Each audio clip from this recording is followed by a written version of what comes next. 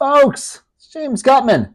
Hi, I'm Dad. Welcome back to another edition of the podcast. It is Friday. It is July the 18th. It is one day shy of a great day. It is 2025. Thank you so much for taking the time to check us out. Whether you found me on Audible, Spotify, anywhere they put podcasts, I'm there. HiPodI'mDad.com, all the archives. You can see me on YouTube at HiBlogI'mDad. That's our channel.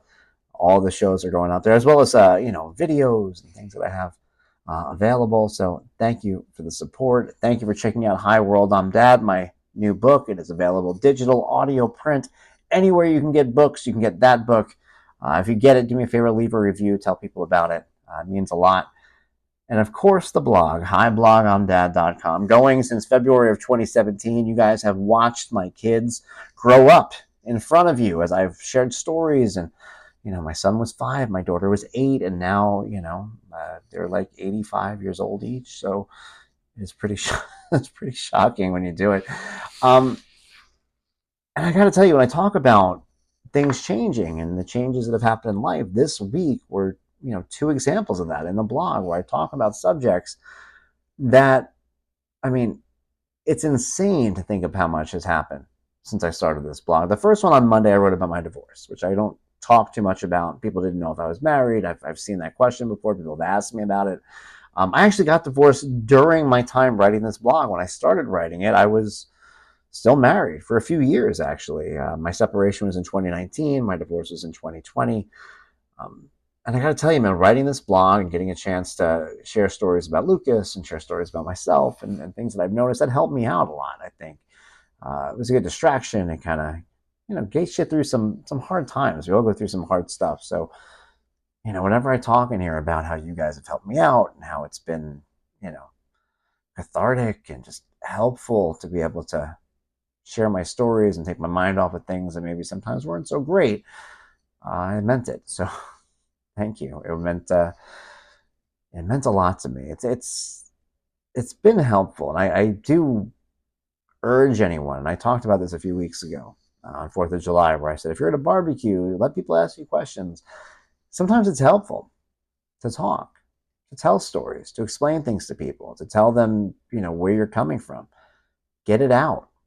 When I began this blog, I had stories in my head, lived in my head, things that bother me. And even in this book, man, I talked about, the Music Together story. And if you've read Hi World, I'm Dad, you know what I'm talking about. I brought Lucas to Music Together class right as he was being diagnosed, and it was hell on earth. It was like really coming to grips with a lot of like realities and learning things about who he was in real time, in front of people watching me in a circle. It was a circle, and they're all kind of like watching, and I'm like, oh my God. And those stories lived in my head, and they killed me. I didn't have anyone to tell. I would try to tell people stories in real life. I'd be like, hey, let me tell you something about Lucas. And you couldn't get halfway through before they'd be like, oh, that's a hard story. That's a sad story. I'm like, no, it's not. Can I just finish it, please? And when I first started getting to write the blog, I was so excited because I could tell the entire story and get it out, and no one could stop me. By the end of it, I was just done. I got it out. And a funny thing happened is once I would tell some of these stories, they'd be out of my head. And I wouldn't think about them as much. I went over things over and over, and he did this, and this happened, and that happened. And once you take that narrative and you're writing it down, and you're not just telling it to invisible people in the shower, it helps. So I got a chance to do that. So, yeah, writing about my divorce and getting to address the fact that people do ask, did having, a son with special needs, did that affect your marriage? Like, affect? Yeah. Cause a divorce? No, it didn't cause a divorce. It was... it was a challenge, and it's something that some couples get through and some don't. And unfortunately, we didn't get through it, but there's some people who will. But no way was it the thing that made it happen, and no way was it something that, no one had any idea about until, Lucas showed up. No, there were red flags and triggers and things to worry about. But just having a child, that might be a challenge is no different than any challenge, whether it's a financial issue, whether it was, a sick relative or anything. Once you find out you're not on the same page, you're not in sync, it changes some of your future aspirations. And that's kind of what happened. So I got a chance to write about that on Monday, but that's a big example. That's something that was a huge difference from when I was first began writing this blog until now. The one on Wednesday, which is about grieving. That one was that's a big example of something that not only has changed through the years, but something that I feel very strongly about having to write about. Um, so I wrote about grieving for my son's future that I, may have imagined prior to him having autism or being diagnosed with autism. And it's weird because it's hard to remember life before Lucas. It's hard to remember life before kids in general, but Lucas especially, because I feel like through the years I've learned what autism is. I've learned to accept. I've learned to appreciate it. Um, I can't remember a time where I wasn't appreciative and accepting of his. I knew it existed. I remember it. It coincided a lot with my quintuple bypass, which again I can't remember life before that. I don't remember eating meat and not caring and smoking or whatever. All these things that I don't even come close to doing anymore are all gone. And then I remembered a story, and I wrote about prior to Lucas being born, trying to decide what his name was going to be. And I love this story, and the story kind of like takes me back a little bit because I remember it specifically. I remember talking about it. I remember all the things that we did with it. And I know for a fact that it was before Lucas. So it's a memory of a time before him where I distinctly remember dealing with the idea of having a son. And the story that I told in the blog, and I'll tell you guys here, I wanted Lucas's name, his middle name, to be Charming. I thought it would be great. I thought it was cute. I thought it was a smart idea. Why, you ask? Well, here was my argument. Here's what I said. If I make Lucas's middle name Charming, one day when he's at a bar talking to a girl, and he goes to her and he goes, "Hey, baby, my middle name is Charming." And then she goes, because we're on Long Island, she goes, "Get the hell out of here. Your name's not Charming." And he goes, "Yeah, baby, watch this." Boom! He takes out his license. He holds it up. It says Charming. Everyone loves him. They clap. He gets all the ladies. Go, Lucas. Of course, this was before Lucas had autism. This was before Lucas was born. This is before I figured he might not talk to a girl at a bar. This is before I figured he might not drive. This was a different person in my imagination than he ended up becoming. And I think about that. And I realized then, but just remembering the story, that there was a time where I pictured a different person. So finding out that Lucas had autism, realizing that he might be nonverbal, which he is now today, I had to let go of this, kind of a scumbag at the bar going, "Hey, baby, I'm Charming." I said it as a joke. Don't get me wrong. Like, I'm not sitting here going, like, "I wish he was a douchebag." But when he's a baby, man, when you're a dad and you're gonna have a son, you think of things like that. You're like, one day he's gonna get the ladies. He's gonna be like, "Hey, ladies." And Lucas isn't like that. Lucas doesn't try to get the ladies. Lucas gets the ladies, man. He gets ladies because he's adorable and people, "Oh, he's so cute."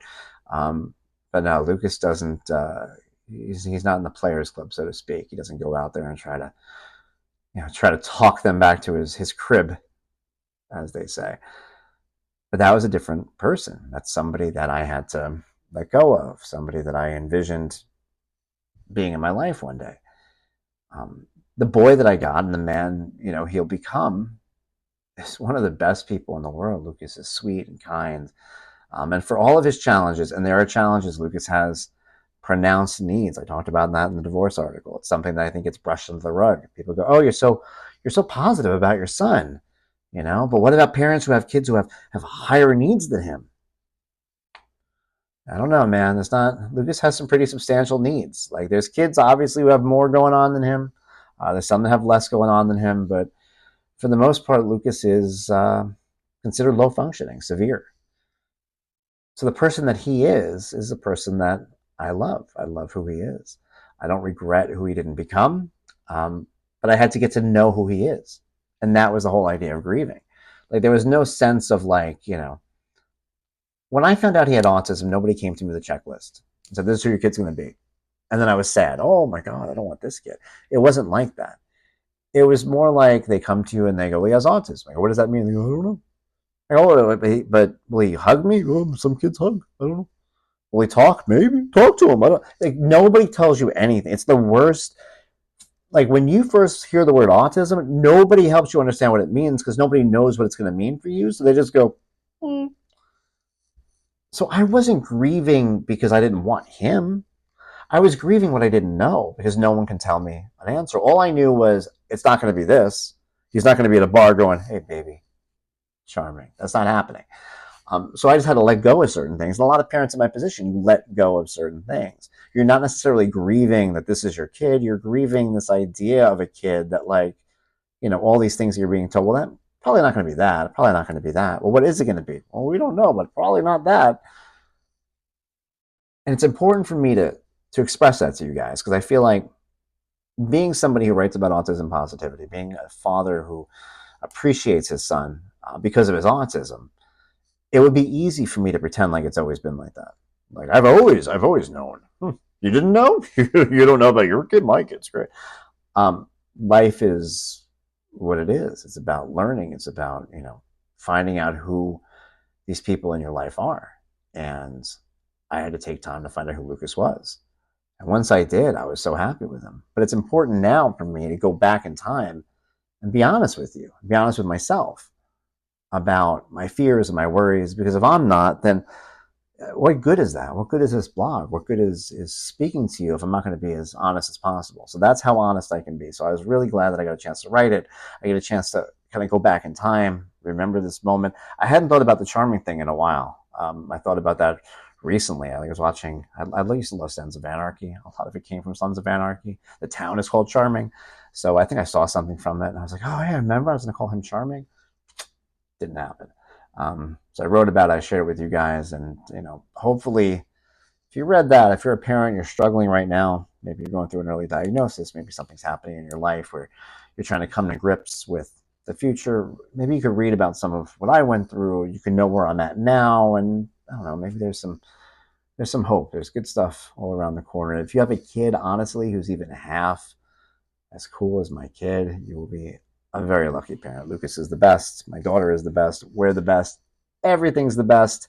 You guys are the best. And what makes you the best? You came to High Pod on Dad. I appreciate you checking out the podcast. I'll be back next Friday with a brand new podcast. And do me a favor, follow me, social media. Hi, James Guttman, Hi, James Guttman. I am on Instagram. I'm on Facebook. I am on TikTok. I'm on Threads. I'm on all these things. Follow us there. Hi, Blog on Dad on YouTube. You can watch this podcast. Be back here every single Friday. HiPodOnDad.com. Twice a week, Monday, Wednesday. HiBlogOnDad.com. And of course, the book Hi World on Dad, available wherever you get books.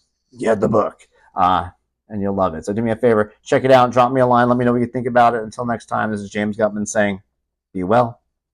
Bye, Pod. I'm Dad.